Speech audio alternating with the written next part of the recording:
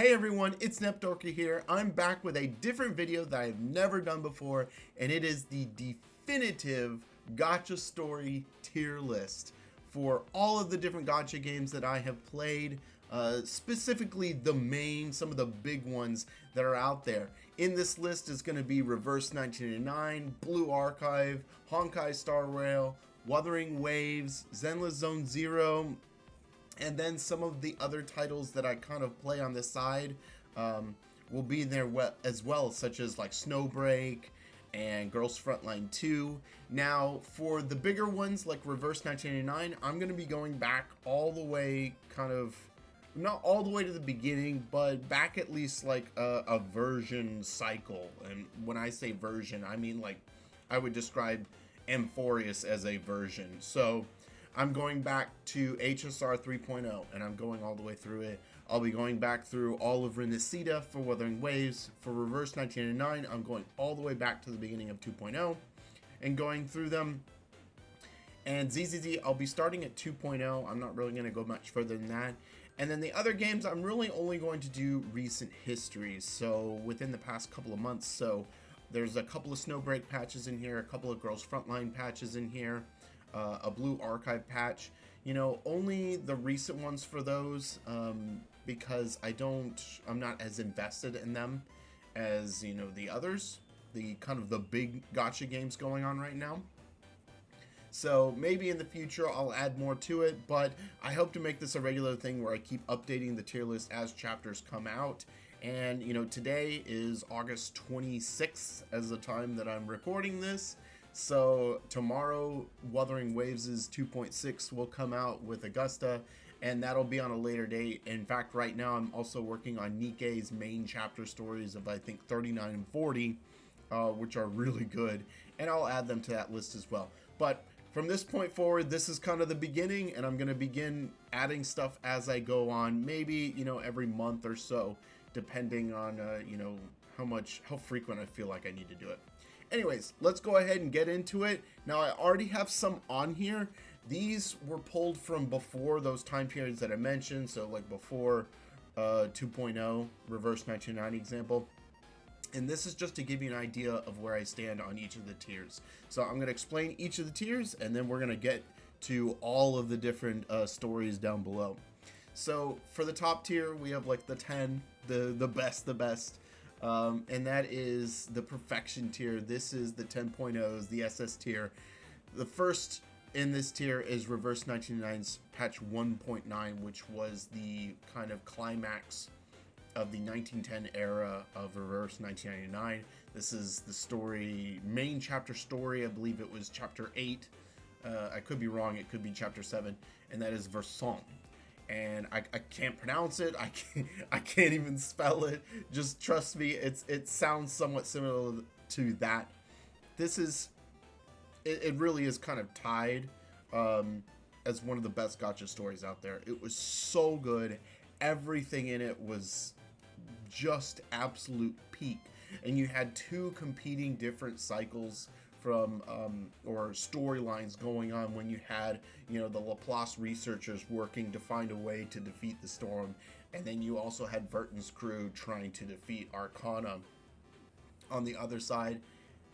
Absolute peak. It is the best. And when I hear people compare to other stuff, I'm like, did it beat Versant though? Is it that great? So when everyone's out there and they're like, oh, this is the best story ever, I'm like, I don't know about that. But that is number one on the list. And I'm going to try and put these in order. These two are kind of tied though. The second one on this, perfection tier is Blue Archive's final chapter. Now, they're still going to be doing more Blue Archive. This was just the final chapter conclusion to the first arc of the story of Blue Archive. Once you've done certain specific chapters in Blue Archive, I believe it's chapter 1, 2, 3, and 4, then the final chapters appear, and they're kind of lengthy, and it was really good. You spend so much time through side stories and main stories learning all of these students, and there's a lot of them. There's a ton of students. And then in the Blue Archive final chapter, they all come together and, you know, defeat the big baddie, so to say. And it's like a group effort. It's really cool seeing like all of your friends that you haven't seen in a while coming to help out here and coming to help out there. It is one of my favorite chapters of all time in Gacha stories, and these two right now are kind of 1 and 2 tied in my head in terms of some of my favorites. There's also some really good, you know, like 10 out of 10 stories that came out of like Counterside, but it's been so long since I played Counterside that I can't really remember what went on in that. And it's also possible that there may be some chapters from Nikke that I may put in this perfection tier that I haven't, specifically the first half anniversary. I can't even think of the name of it, but Dorothy and Snow White and Red Hood not Red Hood, and Snow White and Scarlet's story at the half anniversary, Nikke's 0.5 anniversary, as well as Red Hood's story that was at the 1 year anniversary. Those could very well end up in this perfection tier if I ever go back and grab those Nikke story and rate them on the list, which I may do. But that gives you an idea of what is the absolute best. Now, in the S tier, I should say about the SS tier, one thing is a feeling about the perfection tier is like, I am constantly thinking about that days after. I'm like, oh man, that was so good. I wish I could experience that again. Now, the S tier is a step down from that. There's usually, you know, maybe some filler that isn't as entertaining, but there's also points in the story that are just so epic and it sticks with you for a while. The music and everything is just so on point. And for me, in this category is something like HSR's patch 2.2. This was the climax of the, I was about to say Amphorius, that's not it, the Penacony arc. This is when you fought Sunday. And it was so good. It's the type of kind of story where you look at people's reactions online, and I can't get enough. I love watching people's reactions, and I can't get enough of watching people's reactions to just the boss fight at the end of it. It's so entertaining seeing, you know, how people felt, and you know, after people play it, there's usually a huge kind of hoopla online about, oh my gosh, this was so good, and it starts trending, and it's because everyone's really excited and they really enjoyed it. It is not to the point of perfection. You know, some of the events leading up to that grand climactic moment, you know, maybe could be so boring at times, or they could be really good. It all depends on the patch. For that patch in particular, I didn't really remember any boring portions leading up to it. I felt like patch 2.2 specifically had just like revelation after revelation after revelation. I was like, oh man, this is so cool. And so I never really had that. It's pretty close to that perfection tier, but you know, it really just isn't on the level of Reverse 1999's Versant or the final chapters of Blue Archive. So that is why it is down a tier. And I don't know if I said this earlier, but I'm going to try and order these in the tier as I come along, but we'll see how that ends up going. Now, A tier is the solid tier. This is the one where after it, I'm like, man, that was good.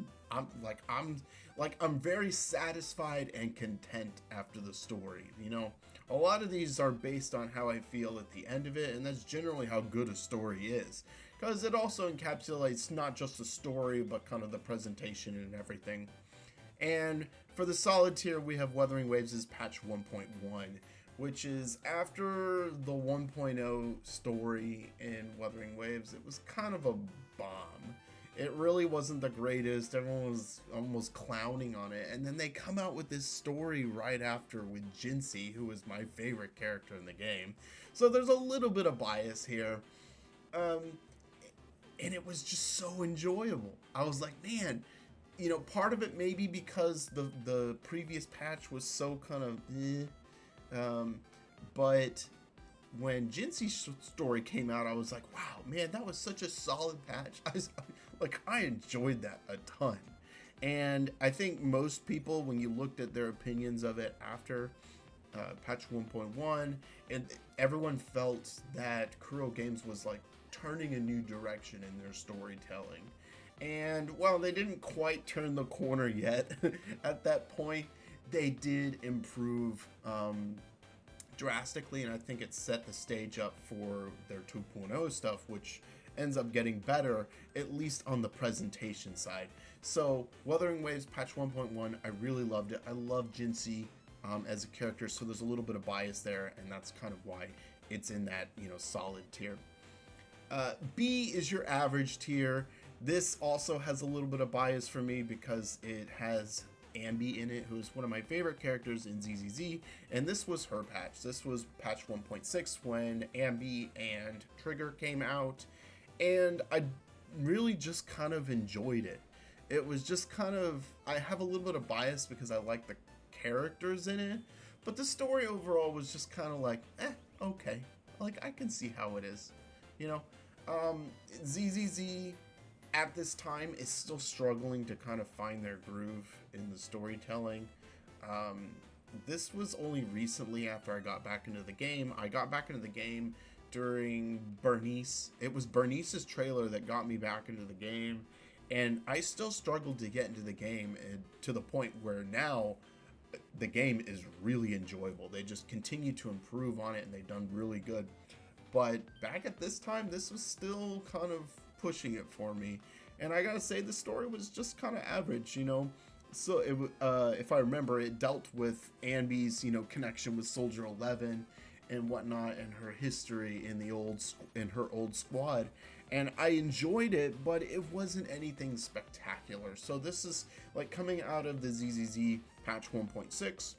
It's just kind of like, you're like, okay, that wasn't bad, you know. You're not like, oh my gosh, can this be over? You know, you're not like, I didn't really like it that much. It was just kind of like, all right, cool, let's go play the events that are going on. And so that's kind of how I feel about this. This is the tier in which I feel like maybe in the future I'm gonna have to split it into two, but that's also why I am splitting.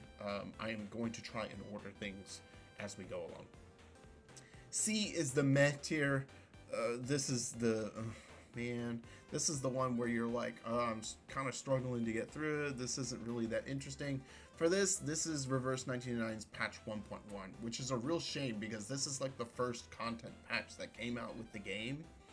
And when you pair this one with, you know, its first, like very first chapter of the game, these are almost the worst chapters in the entire game. Like, the game has just continually gotten better and better and better, and very rarely will it ever dip down. I think in my rankings later on, you'll see maybe one that hits this tier, but like the game usually is just so remarkable with its story. This one I actually missed when it came out.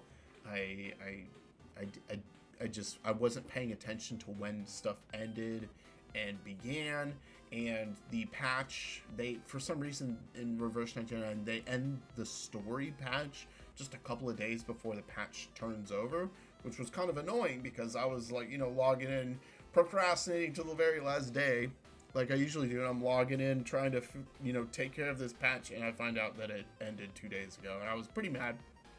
But when it reran, I did it, and I was like, okay, you know, maybe I was expecting too much. I do like Melania. Pickles, I'm kind of just okay, but it was a very meh kind of patch, and it's kind of that feeling like, well, I'm glad I'm done with that. Let's move on.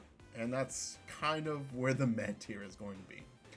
And then there is the garbage tier. This is the tier where I just cannot wait for things to be over.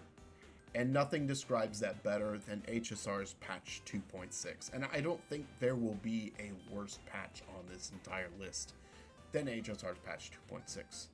This one was so miserable. For those who don't know, this is the Rappa patch. This is the Banana University. This is the one that made people question whether or not HSR's Penacony patches were actually good. Like, people went back and like re-examined them after this patch. This was that bad. It was like they would have been better off cutting out the patch story completely and just putting mini games and having no story. It was that bad. It was so annoying to go through. I couldn't stand it. I was falling asleep through it. Yes, and I'm a person who will get tired pretty easily. And so if I'm falling asleep, your story is really boring. Like, I'm just not interested in it. And that's what was happening in HSR patch 2.6. I never want to experience this again. Every time they send me back to the dumb university, I just get really irritated because the experience was so bad. And hopefully HSR never goes down this route again, but that's kind of where I felt about it. So that's all of the tiers.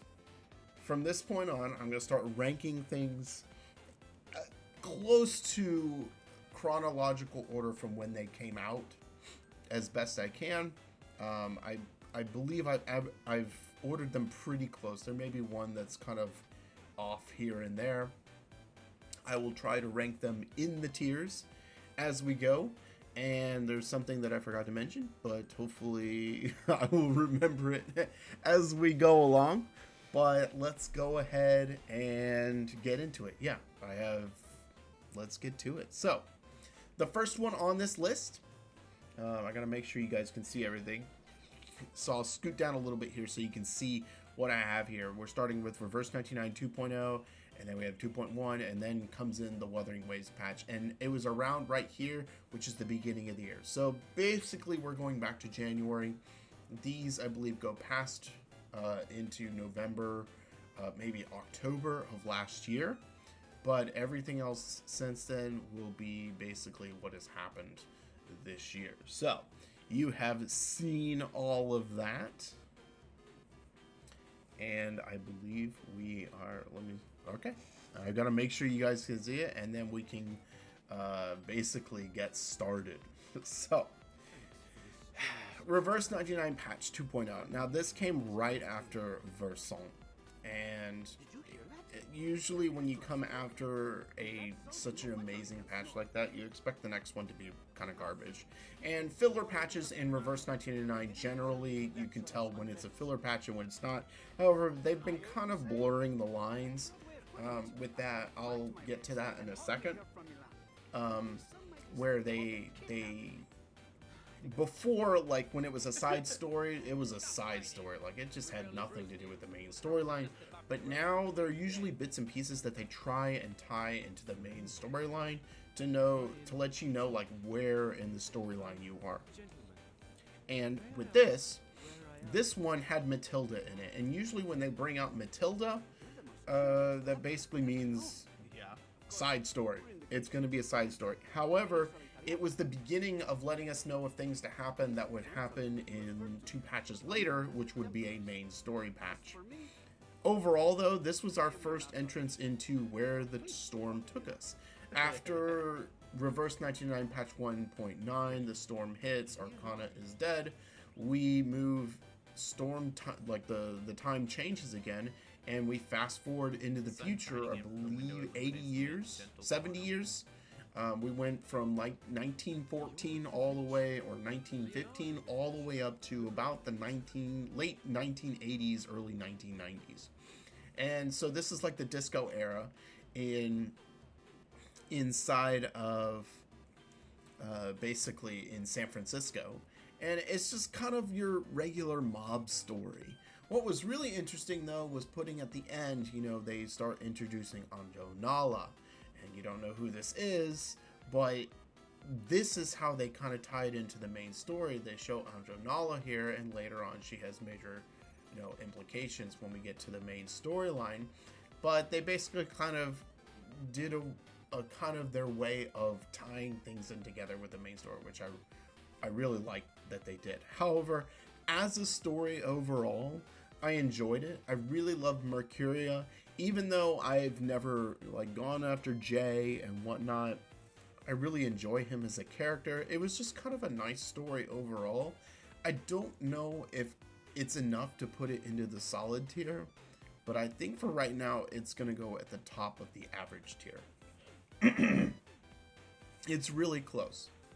So then comes patch 2.1. Okay? And 2.1 does another good job of kind of tying it into the main storyline. And patch 2.1 happens in Texas, which I live in Texas, so I was pretty excited for it. And it's just this little motel out in the part of Texas that no one lives, okay? Of course, the stereotypes about Texas are in full force. Yay, we have nothing but tumblewoods, there's no trees that grow here. The stereotypes were in full force in this one, and I can't help but laugh every time I get one of those stereotypes. But it is what it is, and I honestly think this one improved upon patch 2.0. You know, we get to know Argus and Tuesday is really strange. But this time we're with Verton. And so when you're with Verton, you're getting closer to a main story patch, basically. So we're with Verton, we're investigating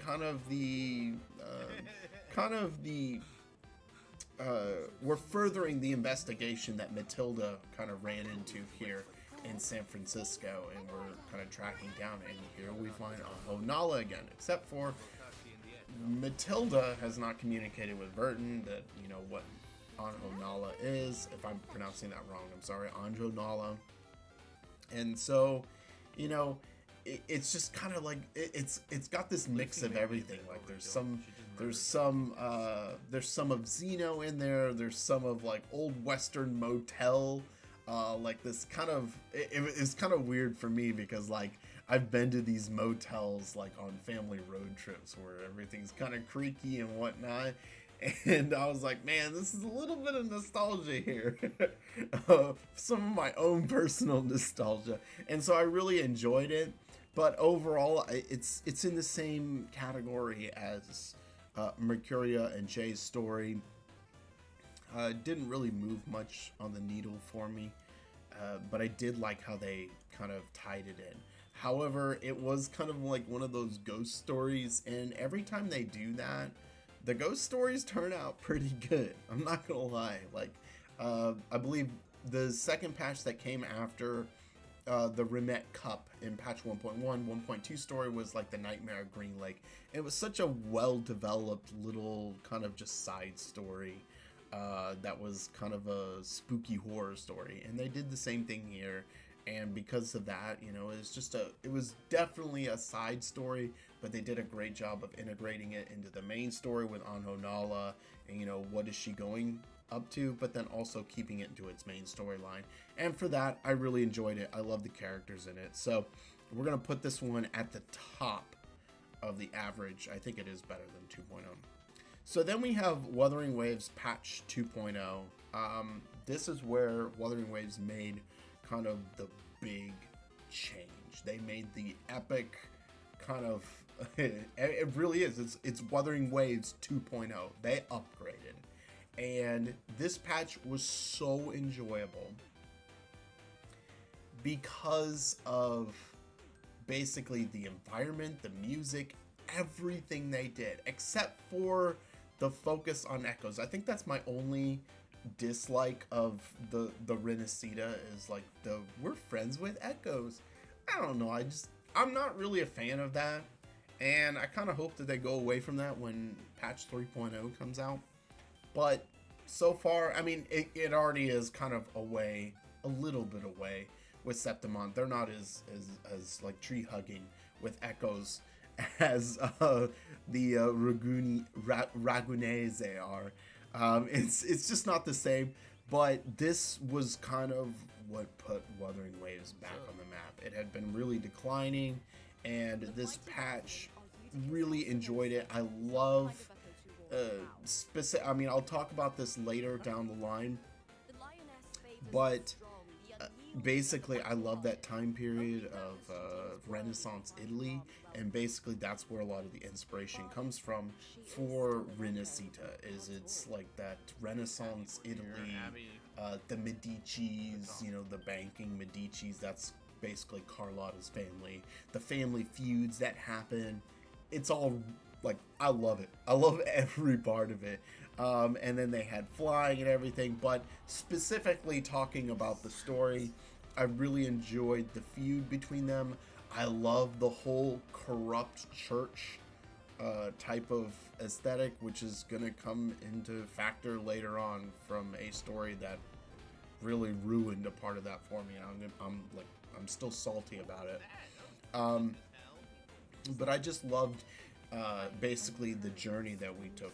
We learned about Renacida. We had the kind of infighting between the families, and then it moves on to the point where we go to the basically the exile route, and we find ourselves with Brant in the hidden cave, basically with all the other people, and Roshia, and it just became enjoyable as a full arc of a story that I really liked. And we make our grand entrance back into Raguna to save the day, and I love stories like that. It's enjoyable. One of the things that I'll mention about this that I think that I'm gonna harp on for Wuthering Waves down the line is this had everyone in it.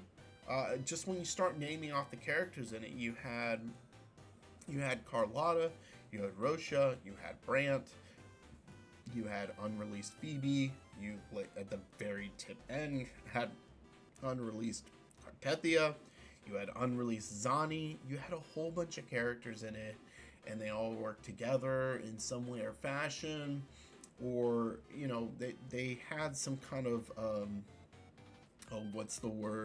cohesiveness to make the whole story whole. And that is a problem that Wuthering Waves is having later on that we'll discuss. But as for this patch right now, I would say this one goes in the epic tier. It deserves to be there. You guys are nuts if you think it's anywhere near these. And it's just, man, it's a solid patch. I love it. I love 2.0. I'm waiting for another one of those. I hope 2.6 is like that. I really hope it's just not like following Augusta and only Augusta. I hope there's more people involved. Though, considering we haven't really met too many people other than Lupa out in Septimon, I shouldn't get my hopes up. So, next we have Reverse 99 Patch 2.2. Now, one thing I want to say, and that this is what I remember that I should have said at the very beginning, is that if I'm doing this right, we should have a nice little curve here. There shouldn't be many in the garbage tier, there shouldn't be many in the perfection tier, and then, C and S should be bigger, and then most of our stories should be in these tiers. We'll see if that turns out that way. But, getting back to this, we have patch 2.2 with Reverse 1999. I was so excited for this because, the main story was just left off on such a sick note. And this was the return to the main story. And I believe the name of it is like Tropicalos or something like that. This one dives into Anjonala. You're down in San Juan, no, not San Juan, Sao Paulo, Brazil, and you are, trying to work with Zeno, and it was in the story that we start getting the betrayals and the backstabs, and that's when things get really interesting for me. I love these types of stories. Only if the backstabbers get their due. And unfortunately, in Reverse 1999, they have not gotten their due yet, and it is patch 2.7. I'm hoping that patch 2.8, they get their due. Especially for what they did to poor Lopera in this patch. She basically was betrayed by family, and it sucked. There was a lot of emotional value in this one. Overall, part of the reason why I don't want to rank it higher is because when I played this, I still had this in my head, Versant in my head, and even the patch before that, which I also cannot pronounce. Reverse 99 does a good job at making sure you cannot pronounce their story names. Leonardo picks up and because of that, it doesn't rank as high for me. I think if this didn't exist, I would be putting it in the epic tier. Mind you, at the very bottom of the epic tier. But I think for now, it's best suited for at the very top of the solid tier. Just because of basically Basically you go on this journey inside a really different environment that we haven't experienced before. And, we come out of it barely unscathed after all the, basically being backstabbed and everything. And, it was enjoyable to go through, but I'm still waiting for those people to get their dues. And who knows, maybe this will be like chapter 5, which was the beginning of this arc right here. Maybe this will be like chapter 5, in which, the final chapter makes this one more entertaining. We'll see. I don't know. And maybe in that time it'll move up to the bottom of S tier, but for now I think, solid coming out of it was really good. Oh boy, here's the big one. HSR patch 3.0. Where do we put this? So when HSR 3.0 came out, I understood right away what they were trying to do. If you've ever seen or read the tales of the Homer epics, like the Odyssey, the Iliad. I had to read the Iliad, I think, in 10th grade. I didn't.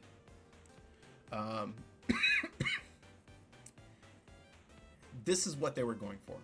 And they were going for a story that lasts 8 patches, not one that climaxes by 2.2 and has a wrap-up by 2.3. This one was intended to go like 7-8 patches. And because of that, they had to do a lot of setup. And when you pair it with the frustration that people had in HSR patch 2.6, in which they started to go back and analyze things in patch 2.2 that they claimed were really bothered them, such as the patch length and so forth. And at the time, that didn't really bother them, but now all of a sudden when you have garbage like this, all of a sudden it becomes a lot more prominent and noticeable, and it really frustrates people. This is where HSR patch 3.0 gets into trouble, and they had a lot of setup to do for this massive epic story that they wanted to create. They have a book where you can collect your epic tales and whatnot. Everything is designed around basically the telling of an epic, and that doesn't click for a lot of gamers. It's just the truth. I can enjoy it, and I especially enjoy it because I am a huge fan of ancient Rome. I like when I had to take history lessons in college, I took ancient history lessons, and they were so enjoyable. I love them. So I love that time period, and a lot of this is based off of ancient Rome. And it just kind of sucks that it had so much difficulty, and then on top of that, they compounded on top of their problem of trying to create an epic that doesn't really translate well for gamers by the kind of atmosphere of Amphorius, which is the fact that Amphorius is truly, not like Belobog, Amphorius is truly cut off from the rest of the world. It is, there's nothing there. So everything Aeons, the IPC, you name it, you could bring some of that to Belobog and understand things. You can't do that here. So they have to basically tell the entire background story for all of Amphorius. You gotta tell about the 12 gods and whatnot, and it's an overload of information. And on top of that, unfortunately, they went down the route of describing things that they really didn't need to put into the main storyline, like talking about how great the baths are in Amphorius, in Akuma. It wasn't really needed. You were already bogging down things with it. And unfortunately, even though I enjoyed HSR patch 3.0, and I didn't have a problem with it, I wasn't falling asleep or anything, I gotta say, I said I would give it time, and I think even with time, I think it still deserves to be down here. Is it worse than... No, it isn't. it just really didn't turn out. And you know, it from here it all goes up, but you know, HSR's first few patches into Amphorius just did not turn out very well. Now, Woo-Wah patch 2.1, this one really shouldn't be in here. I probably should take it out. I already took out patch 2.3 for Woo-Wah because everyone knows there wasn't any story, and in fact, everyone knows there wasn't any content, period, in that one. It was just, there was nothing. This one, I forgot to take it out, but I kind of want to leave it in there because this one surprised me. I knew it was a filler patch. Everyone knew it was a filler patch. Usually the point ones that come after a major, you know, patch drop generally can be a letdown.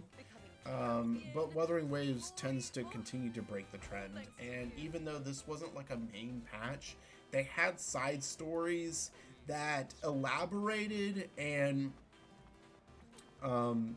continued on how well they did with patch 2.0. Like, they just continued to elaborate, and for that I really enjoyed it.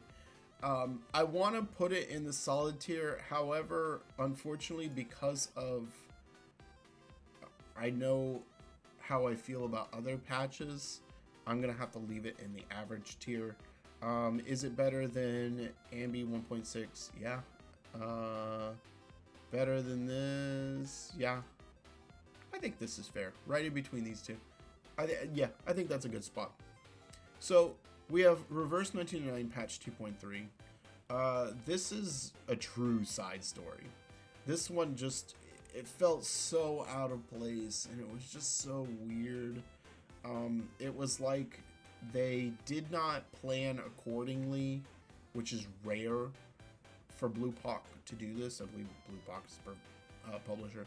It's rare for them to do this, but it feels like they just didn't plan accordingly for this one, and unfortunately, it really kind of showed.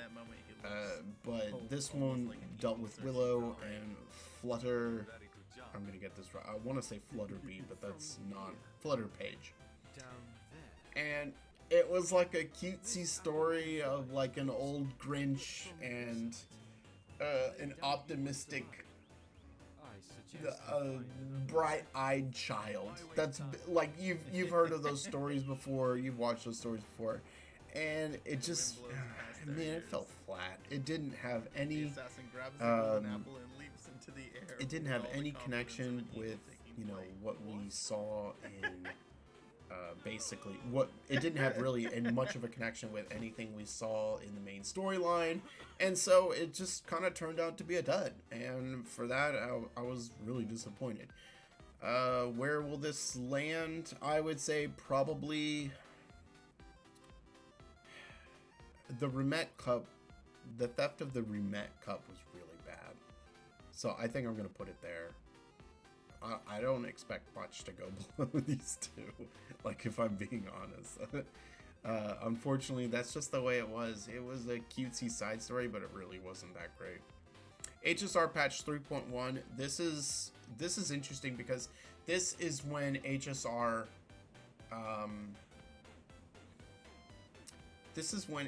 started to recover already, and this patch was surprisingly good. Now, it may have been surprisingly good because people really didn't like this one, and people were dropping it, and also information about Castris was coming out, and people were already screaming their heads off like there was fire on it, and unfortunately this got overshadowed. And so this is probably the most overshadowed patch, I think, out of any of the stories that we've had on here. But it was really, I think it was really well done how they did Tribby. My Day was kind of like, but the Tribby arc was so good. And unfortunately, this patch, and I think the next patch as well, they focus too much on just the characters. HSR does a better job of just incorporating all of its characters, and they did a good job, you know, in some parts, but when you go back into the history or whatnot of a character, you are automatically basically stripping out all the characters that you would normally interact with. So Even though in this one we got introduced to like what Aglaya, not Aglaya, into Hyacinth and Anaxa. Eventually they all disappeared because we went back into history to learn more about Tribios and Maide. And when you go back in the history, those new characters that just arrived, along with Aglaya and of course the main character, Don Hung, they all disappear and it's just about them. And it becomes a solo patch, and that kind of frustrates me. And actually just sitting here talking about it, my opinion of it has gone kind of down. But I always felt that this one was underrated and overshadowed. However, I think it thoroughly deserves the average tier. It deserves to be in this tier. I'm just not quite sure where to put it. I think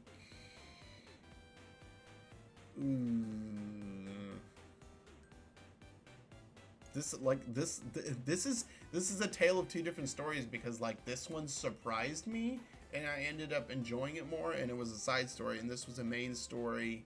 And even though it was overshadowed, there were some issues with it. But, I mean, the trajectory was going up for HSR. Wuthering Waves patch 2.2. This one was a killer. And I'll probably ruffle some feathers with this. People who disagree with me. This was so good. This is when Wuthering Waves started to get into their peak form, with storytelling, immersion, music, basically the experience that is delivered with a patch. This is, in my opinion, their best what I was doing yet. And I know some people may disagree with that, but I just remember going through this patch, and at a time I was like, you know what? They're doing such a good job with the flow and presentation of the story. The zones were honestly not that great. I don't like Avenolium that much.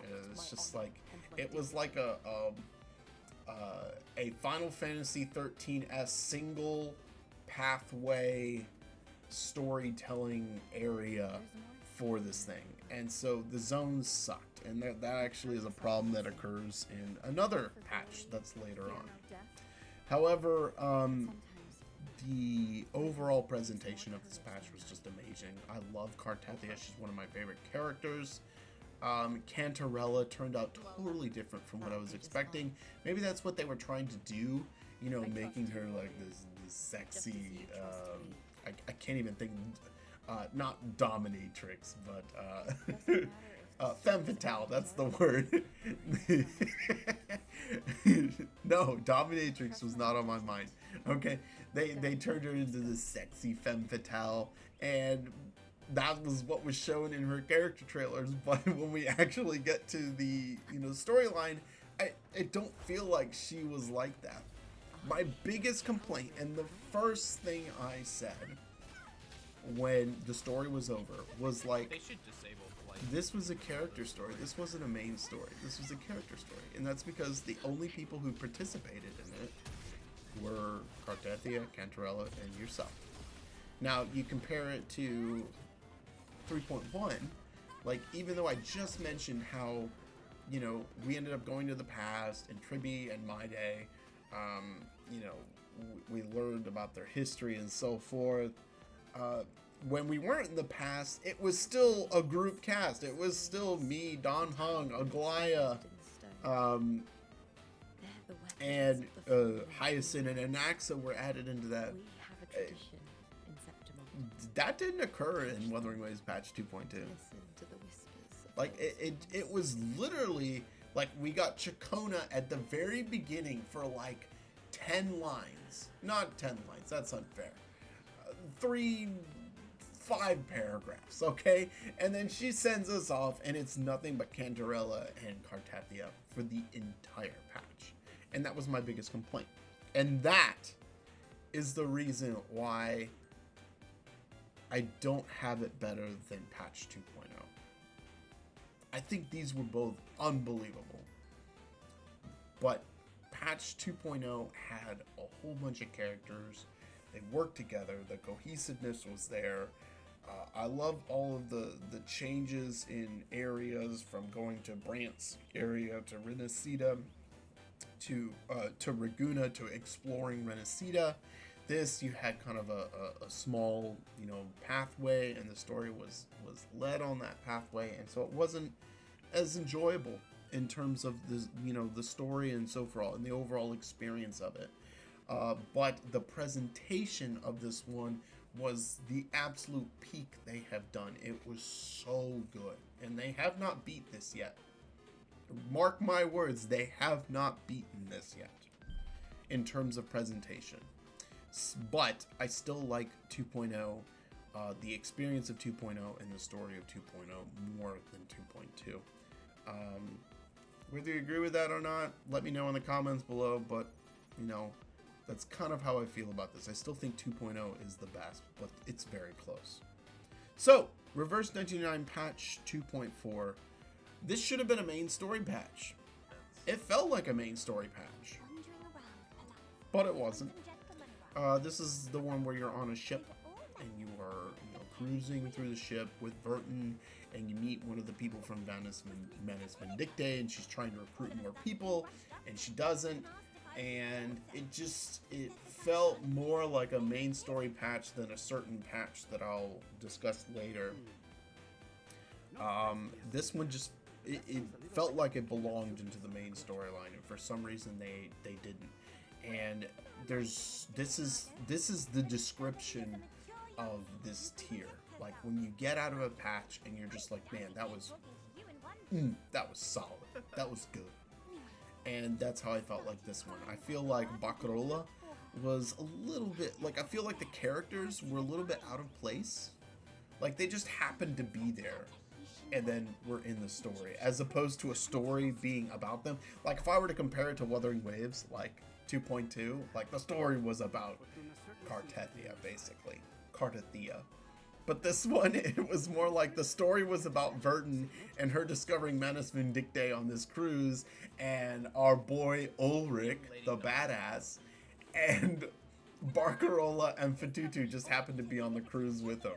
Like, it is totally different, and honestly, I like this version a lot better. I like it when they do this better. Like, the characters just happen to be there. Okay, let's add them into the crew. Like, you guys are good pals. You'll make everything better. But much better than just following one character, like shoehorning yourselves into their viewpoint. So this one, it really is a description of solid. It's not as good as 2.2, but it's very near the top of the solid tier. Great job with that one. HSR 3.2. So my issue with this one is, it's kind of funny. Gacha Smack played through this one. This is the one that which he was crying up a river about Caster's global passive, and then he realized it wasn't that bad, and so he switched his reason for wanting to quit to the stories taking too long, when it never bothered him before, but now it bothered him. And he just excuses on excuses, and he I guess made a poll and was like, all right guys, if enough people do this, like, I'll watch it, or watch the story. And the shame about this one is this patch was literally a tale of two different stories. The first half wasn't very good. Like, it was like, I understand why they did it. They needed to explain more of Anaxa's viewpoint, and why things turned out the way they did, but it doesn't take away from the fact that it was boring. Honestly, it sucks, because the Casters portion at the very end was really good, and he watched all the way through, and he got to the end of the boring part, and then he's like, nah, I've had enough. He's like, I'm a man of my word, but then he didn't follow through on his word and watch everything. So I don't know if he did it in a later video, but regardless, anyways, that was the problem with this one. This one basically just it struggled so with the fact that it was like two different things, and like when you play at the beginning of the patch and it's really boring to get through, and mark my words, I'm pretty sure I was getting tired through the first half of this patch. You know, people don't want to, you know, like people get bored and they don't want to pay attention, and skip button I don't think was out yet at this time, so it fell flat. Unfortunately, that's what happened. It didn't do anything. And the Castris was not enough to raise it up. Like it just wasn't.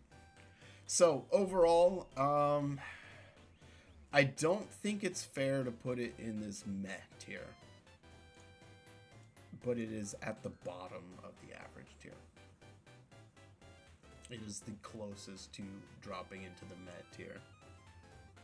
Who knows? I may move it down again, but like the more I think about it, and the fact that I moved this down further, like this probably would have been higher, maybe even the bottom of this. But the more I thought about this one, it's not as impressive as I thought. You know, we'll see later. We'll see what my bell curve looks like at the end. All right, we have next. We had Reverse 1909's patch 2.5. This one was like called The Showdown in Chinatown. This was a true side story. I believe even Matilda only showed up for a little microscopic little bit in this one. I don't even know how she came to work on the Timekeeper's team. It's explained, I think, at one point, but I can't quite remember. Honestly, it was a fun story. Like, I gotta compare it to other patches around here. It was a solid story. Like, it just follows the case of this young, you know, Chinese, I believe it's Chinese, martial artist type, not martial artist, but she's a, she carries a dynasty in her family, and she can summon a being that most people in her family before couldn't do. It was just a kind of a cool side story, following a director and her movies, and it was like a cop. It was like a true cop type of story, and I gotta say, this also defines that solid tier. Like, I just got out of it and I was like, man, that was good. So I don't think it's quite as good as 2.4, but it's definitely right here. And you know, this is around when, with the exception of this garbage one down here, it really kind of, Reverse 1909 had like a streak here of really good stuff that I really enjoyed.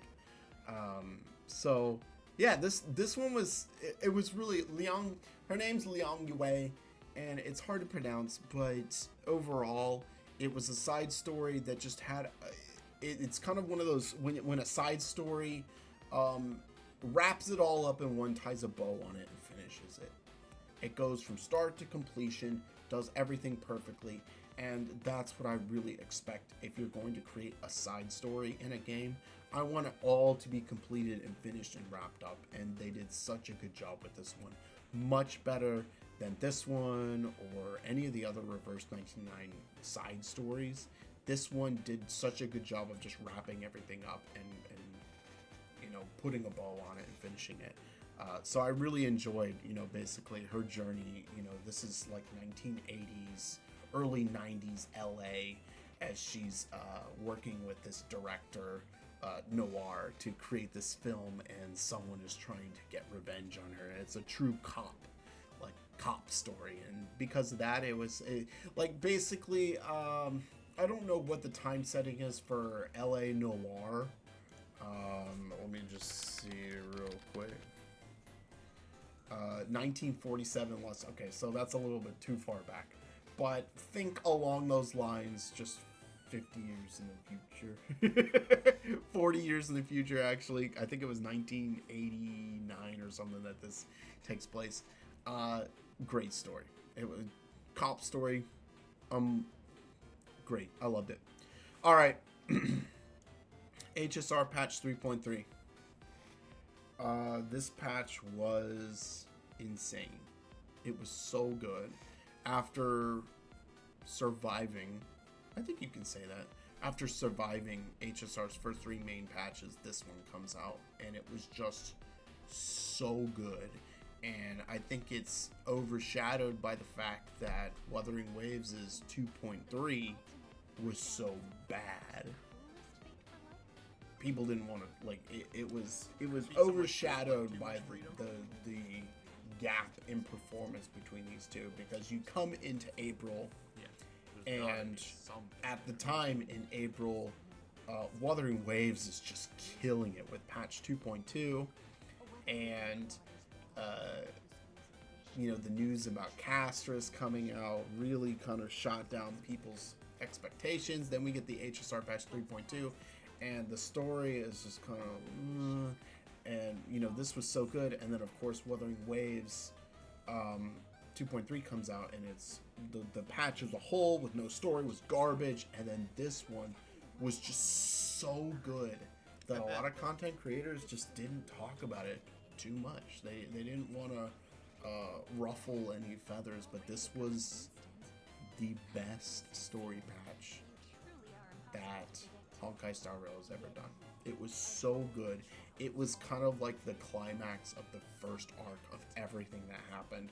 I went back through this patch and looked at kind of like they have like the little timeline story, and I went back through this patch and I looked at, you know, everything that basically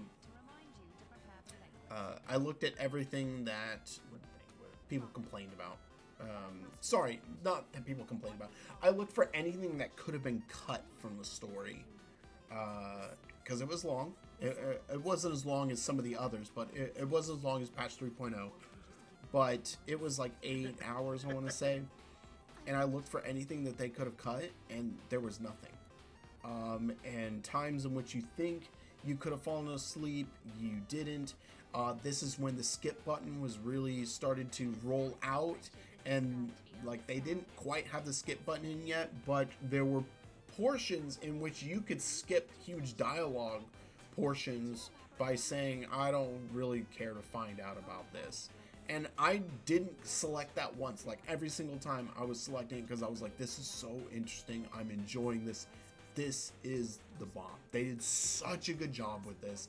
Everyone comes together and kind of takes on the end of, you know, collecting all the core flames in HSR, and that's when you start to find out, you know, just how crazy. You start getting reveal after reveal, and this is just when HSR takes off.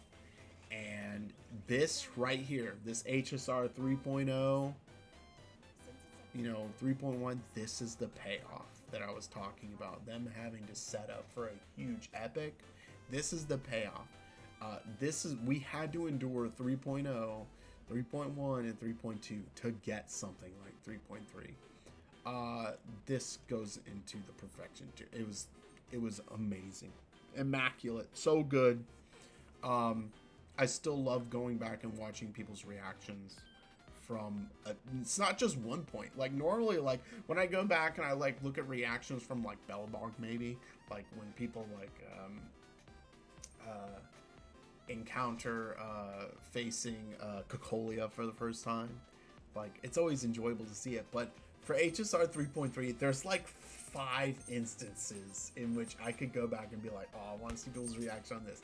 I want to see people's reaction. I want to see people's reaction when Cypher dies. I want to see people's reaction when My Day dies. I want to see people's reaction when, you know, Lygus is there at the end. I want to see, like, there was just so many parts that were so great to go back and look at, and it really made it amazing, and it is the best patch HSR has produced.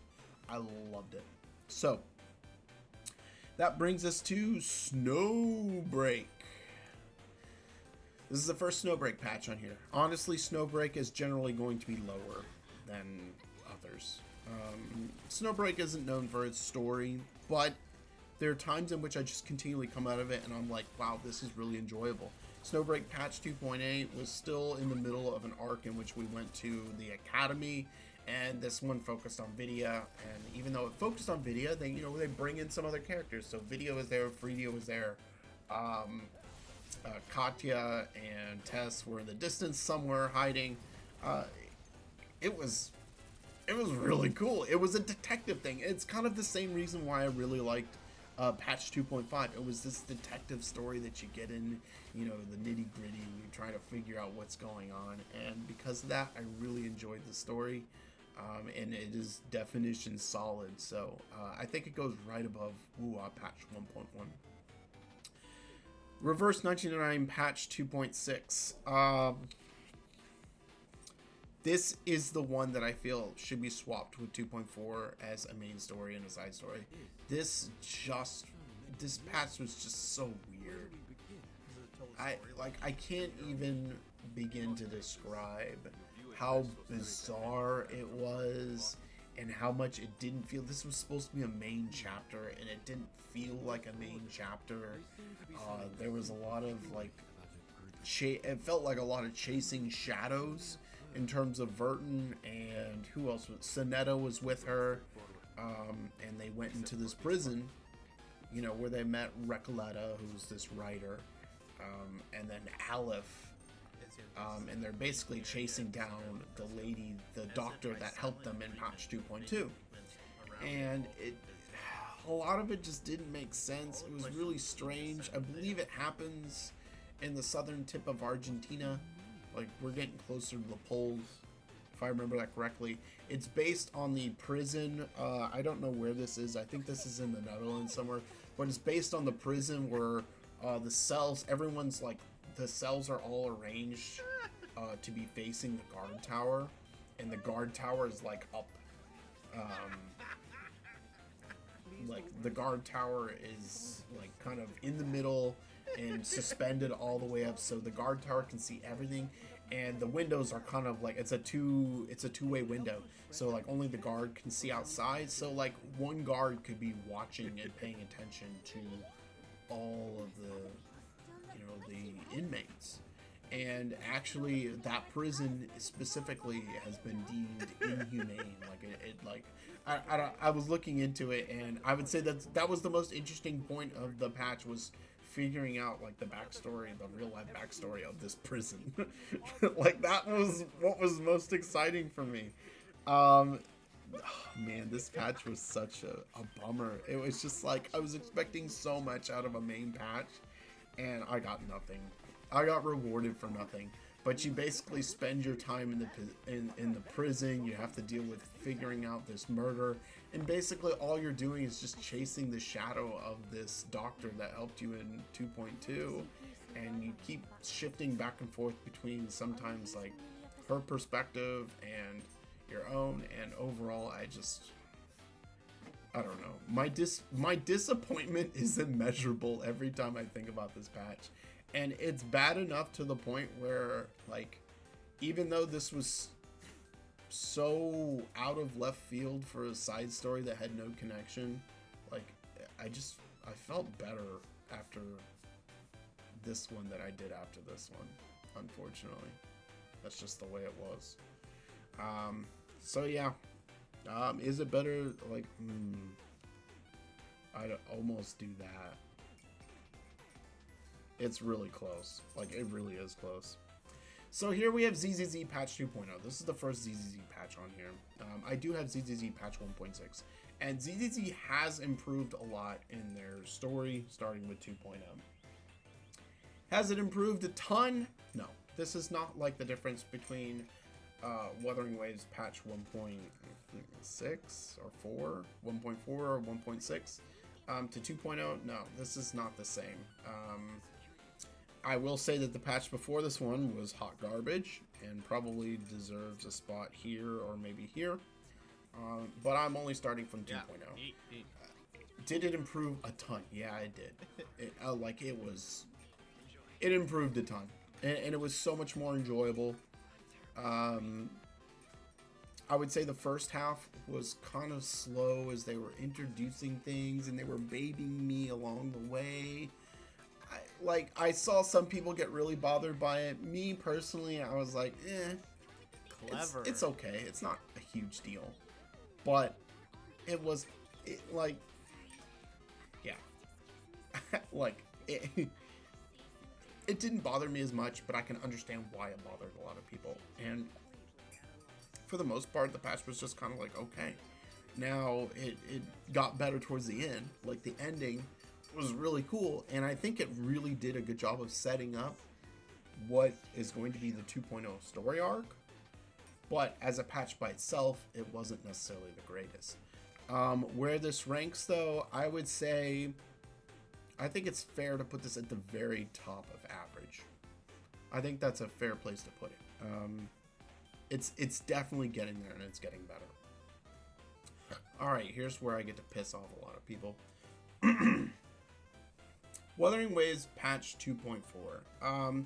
I don't know what it is with the Wuthering Waves community, but after the catastrophic failure of 2.3,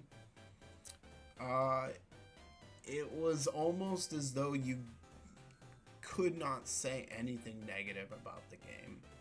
And this only came about after 2.3. Like, it was pretty much after 2.3 that things really changed. And it's been frustrating ever since then. And this patch came out, and my first comment, originally when I was going to do this tier list, I was like, okay, we're going to split this into two so we can experience how it was at the beginning, from the first part and the second part. And if I were to rate both of these separately, first part and second part, they would both rank lower, because them separating the story into two different parts ruined the story.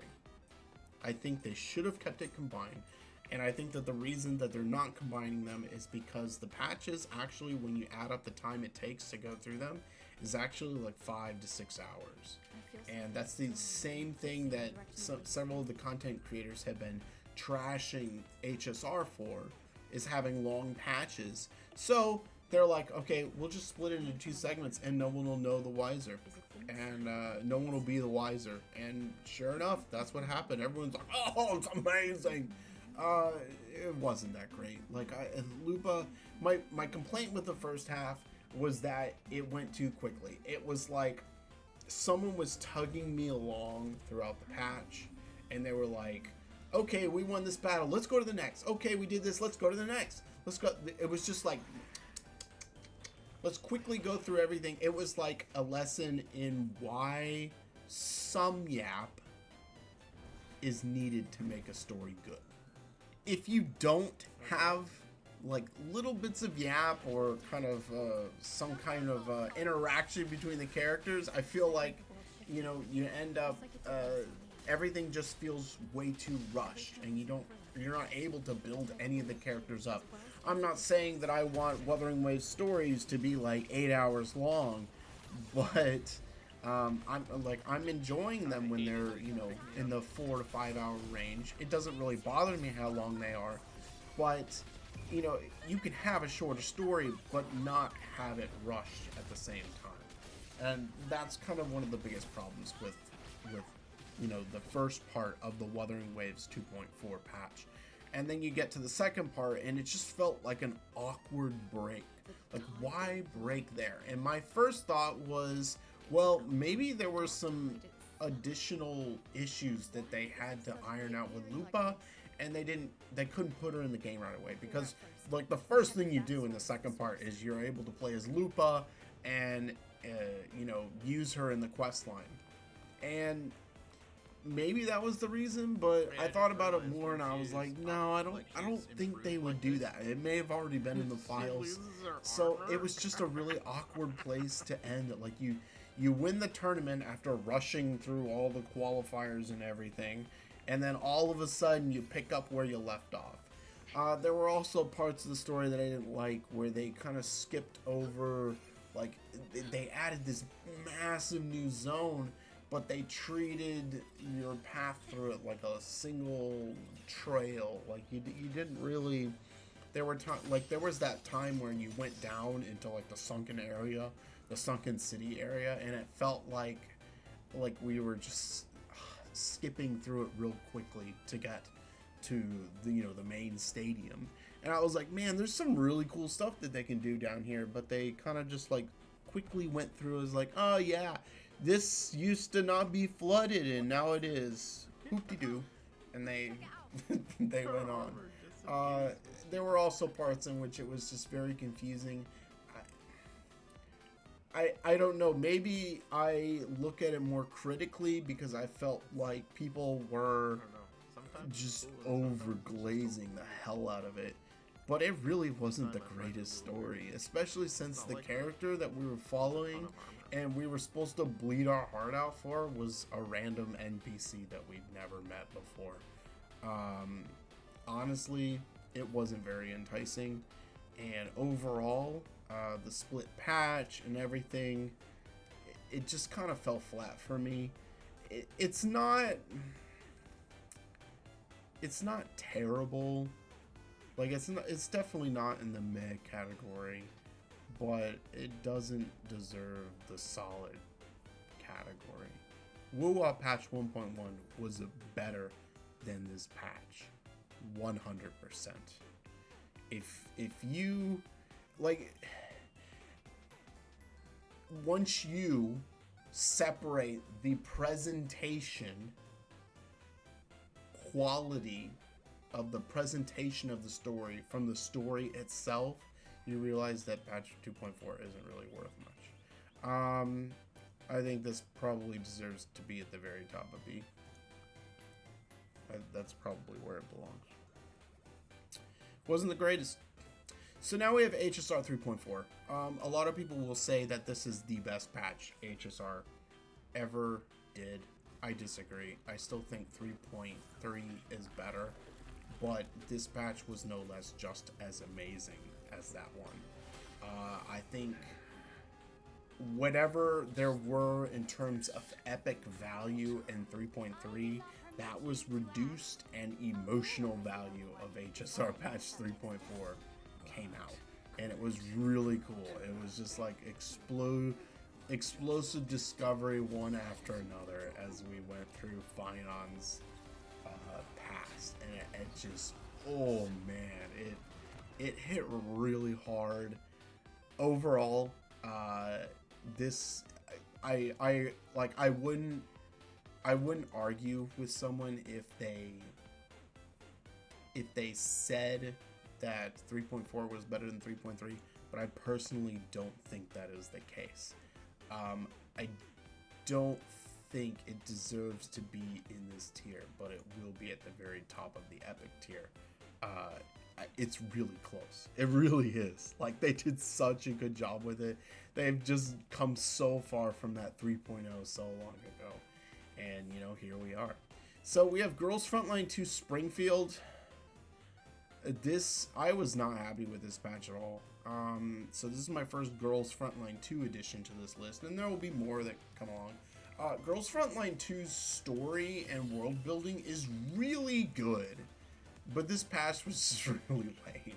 The first half of the patch was this goofy trial session, I guess, that was set up by Springfield, and then the second part, which actually encapsulates Perry's kind of addition to the story, felt kind of cobbled together.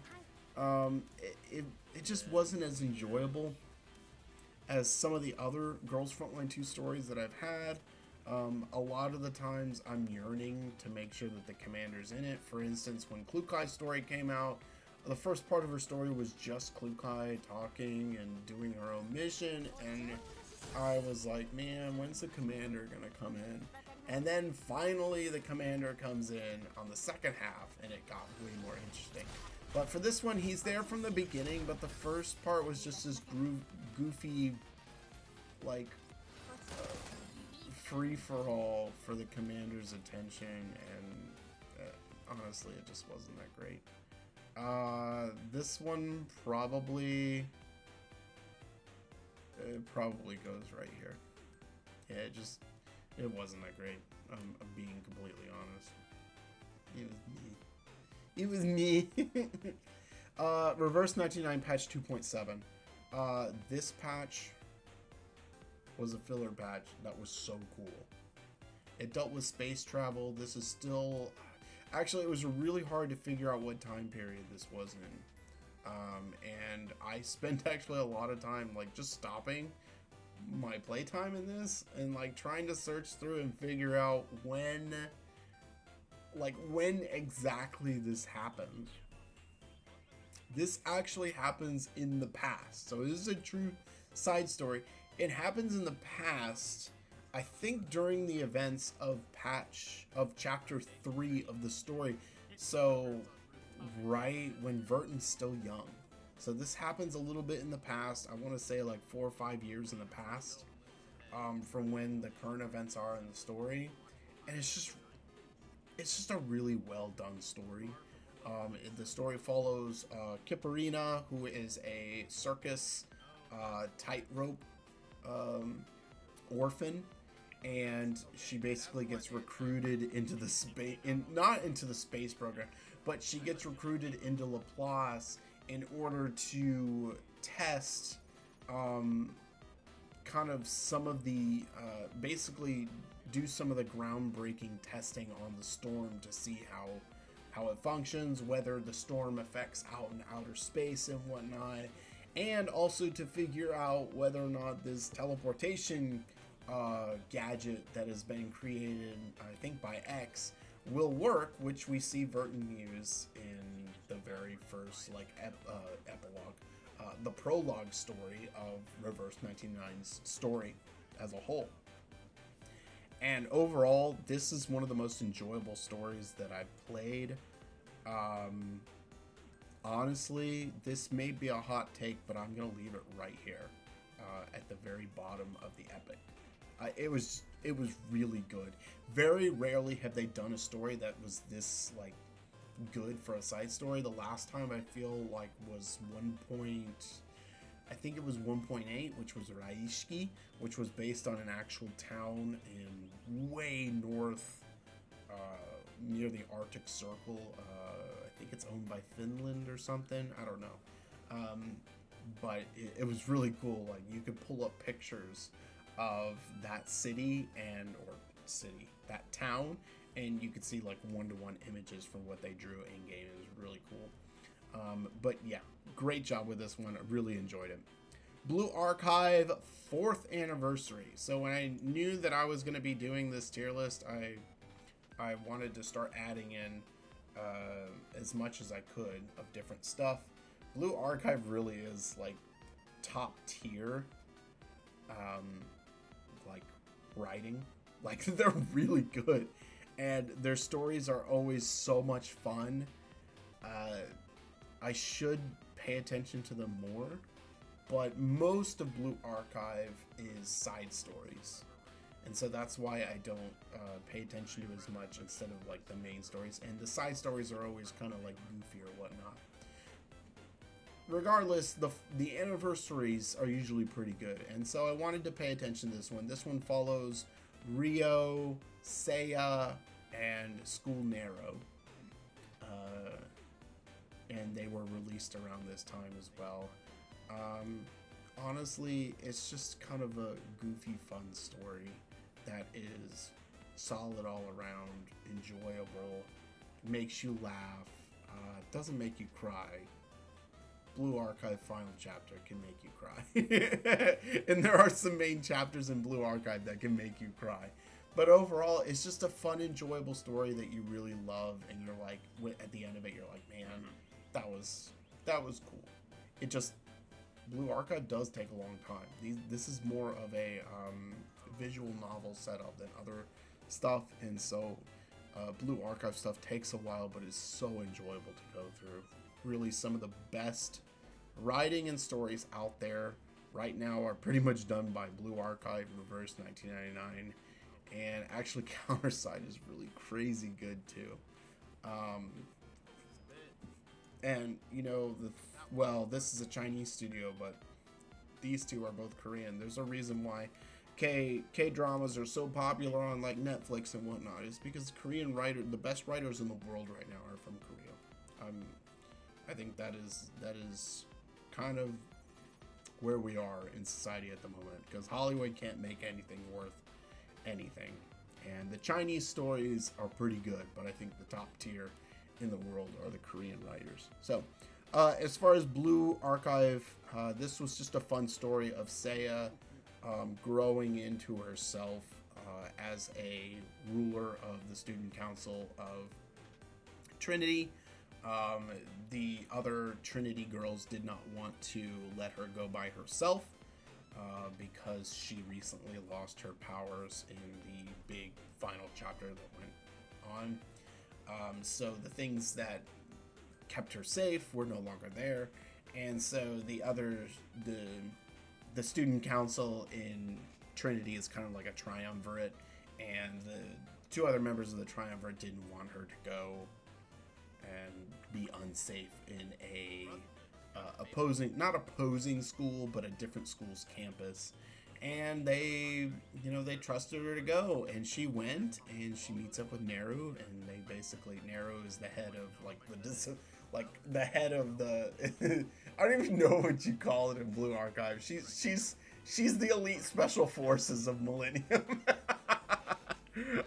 She's the head of the elite special forces of Millennium, and they kind of work together through all the hijinks to figure out who's plotting behind the backs of the Millennium Student Council. It's enjoyable.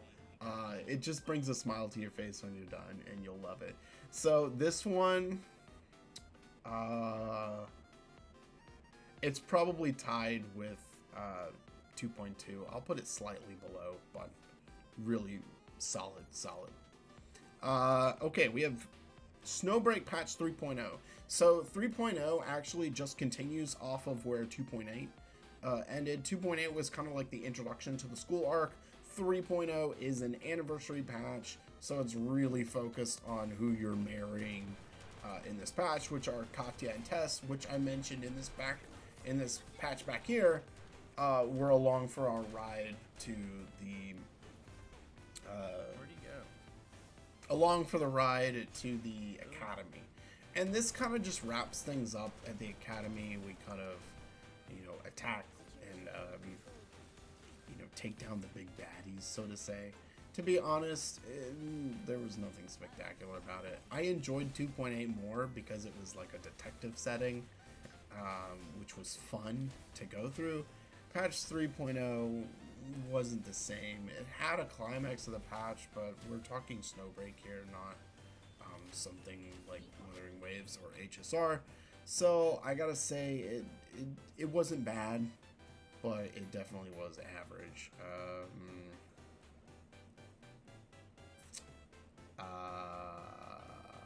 It goes right here. It goes at the very bottom. Yeah. So we have a ZZZ 2.1. This is the best story patch ZZZ's ever done. They did a fantastic job with this patch. It was really interesting. I was not expecting there to be any relation whatsoever between Yuzua and Alice, and by the end of the patch you find out that there was a connection between the two, how Yuzua was saved by her father, and how Alice's father died saving Yuzua, and so they're as close to being sisters as you can be without being sisters or step siblings. They have a really close connection through the father that saved one and the father that raised the other. It's just, I think they did a great job with this story overall. Really enjoyable. If someone were to come into ZZZ and play this for the first time, I don't think they would be disappointed. This is one of the best patches that ZZZ has ever done. And, ZZZ is on the uprise, very much like Wuthering Wave was at 2.0, but it's much more of a slight incline as opposed to Wuthering Waves, which was a much bigger incline. Overall, I would say this falls into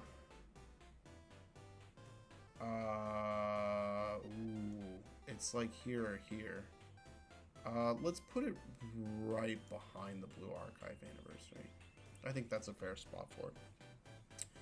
Wuwa patch 2.5, the most overglazed patch in existence of any gacha game.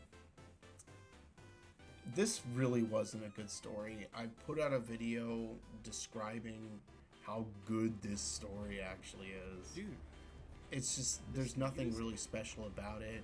They try to get you to sympathize with the terrorist for going and killing a bunch of people, and to feel bad because her backstory was because she had a rough time growing up, and someone made her a promise and they forgot that promise, and so all of a sudden they're the villain and they're somehow morally gray because they forgot a promise. Like, get out of here.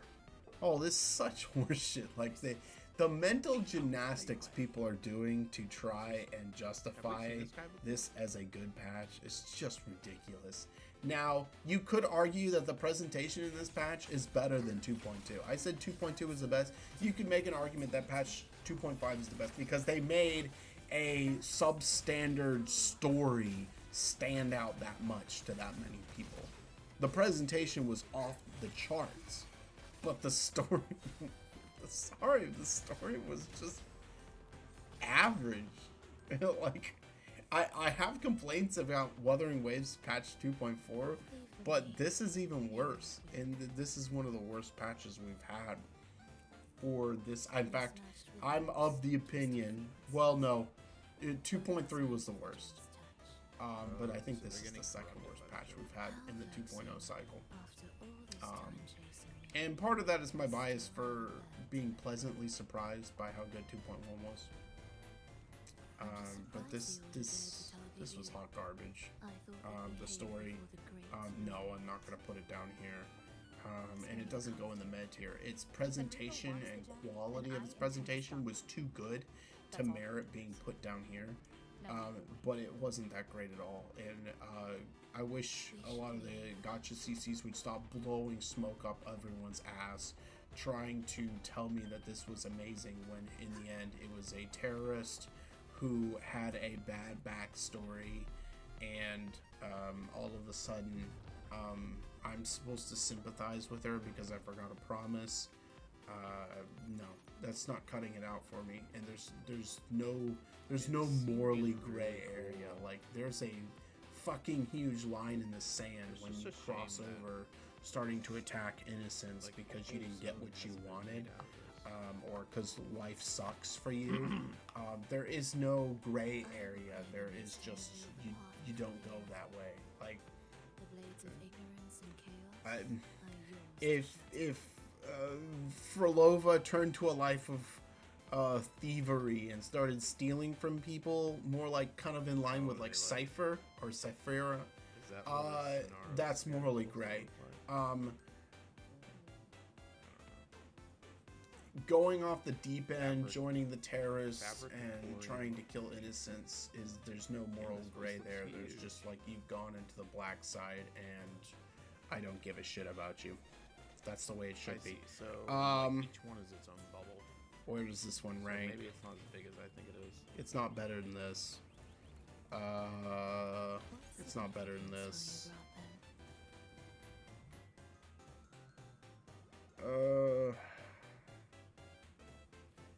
Its presentation alone carries it to that spot.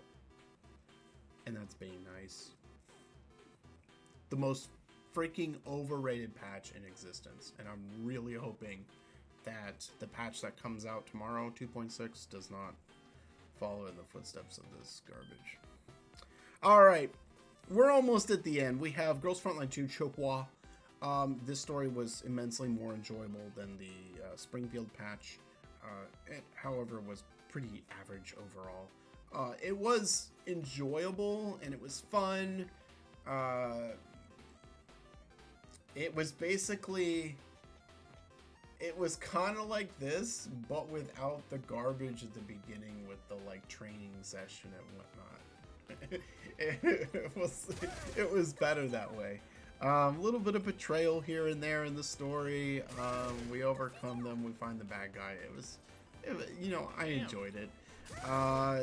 It actually, if I were to put it close to something, it's near patch 2.0 for Reverse 1999. Let's give it the benefit of the doubt. Let's put it in front. Yeah. So we had the AC collab one for Reverse 1999, and I gotta be honest, I'm probably going to glaze this a little bit more than I should. But the thing is like there was some serious nostalgia that they took out of this that I was not expecting.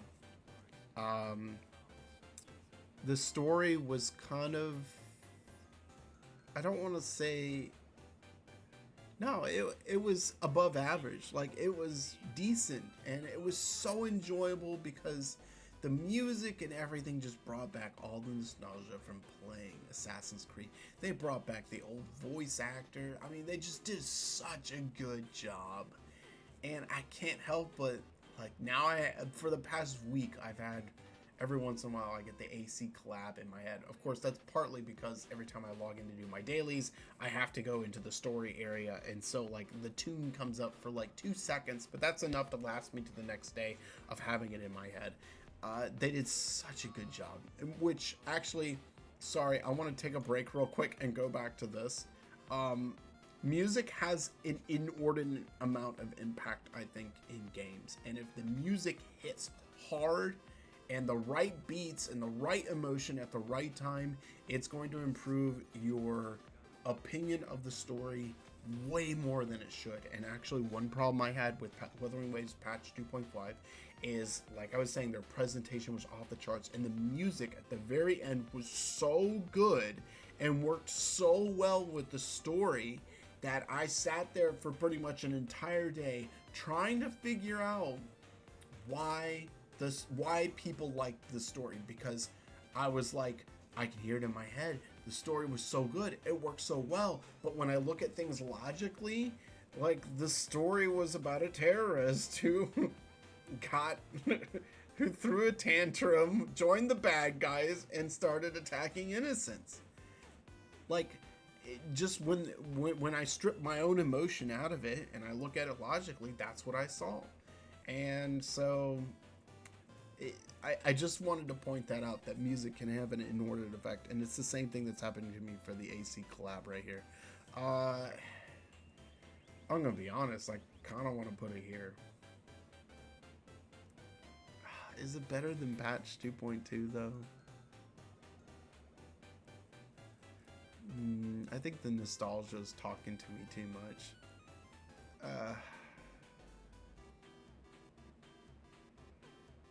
Oh my gosh, even just sitting here, like, I can hear the music in my head and I'm playing it through my head. They did such a good job. Story, the Apple is with Ezio. Mr. Apple is running. Yeah, if I'm being logical and fair, it needs to go down here.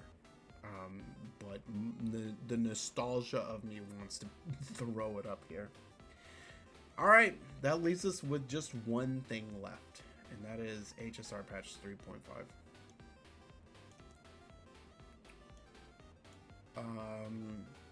HSR just keeps doing it, man. Ever since 3.3 hits, they just continue to hit banger after banger after banger, and it's just so, man, it's so good. Yeah, dude, this one was so good. Like, at the end of it, I was like, wow, I can't believe that. They did such a good job with this one. I really am impressed with what they did with HSR. I really hope that they continue this trend. Basically, they had such a slow, and one might even say agonizing build-up, and then it peaked at 3.3, at least for me, and then it's kind of got some spikes, but it's slowly trending down. 3.5 was just so good. And honestly, if I were to compare it to something, I think Wuwa 2.2 is a pretty close comparison as to where it should land. I was the only one the world was destroyed, but I maintained this lonesome peace. Yeah, I gotta put it right here, I think. Yeah, it was really good, man. I mean, it just follows Cyrene and Hycelins, and of course you're in the picture, and some of the old, you see different sides to some of the heirs because this is a totally different timeline, so to say. It's not really a different timeline, but they just do such a good job of progressing through it, and just kind of the surprises at the end were amazing. I cannot wait for what happens in 3.6, so I'm super excited. But that's gonna be it for the entire tier list. Let's first take a look and see if I'm gonna change anything. This is staying as is. These two can be rotated. I honestly couldn't tell you which one means more to me or was more impactful.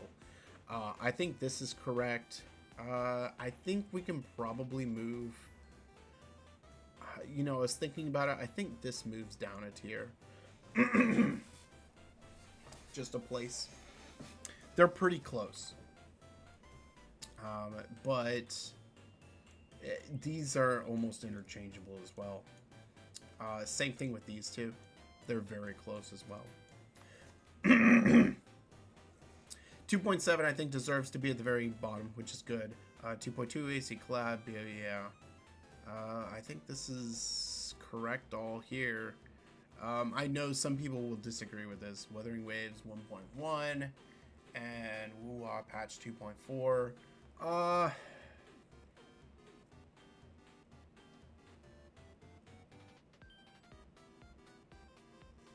I'm gonna give Wuthering Waves the benefit of the doubt. I'm gonna move it up to the bottom of solid tier. I think that's a little bit. Yeah, I think that's pretty good. This I wouldn't change any of this. Nope. Is it better than 2.0?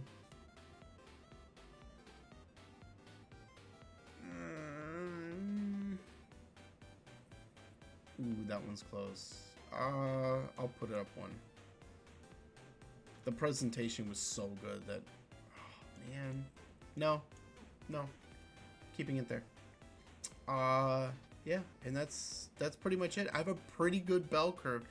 Nothing went into the garbage tier. If anything did, this one just disappointed me so much. It was so odd for a Reverse 1999 patch to be such a miss. Like, the amount of patches, the amount of patches that reaches this low for Reverse 1999 out of all the patches, these two are the lowest in the entire, in my opinion, in the entire game's history.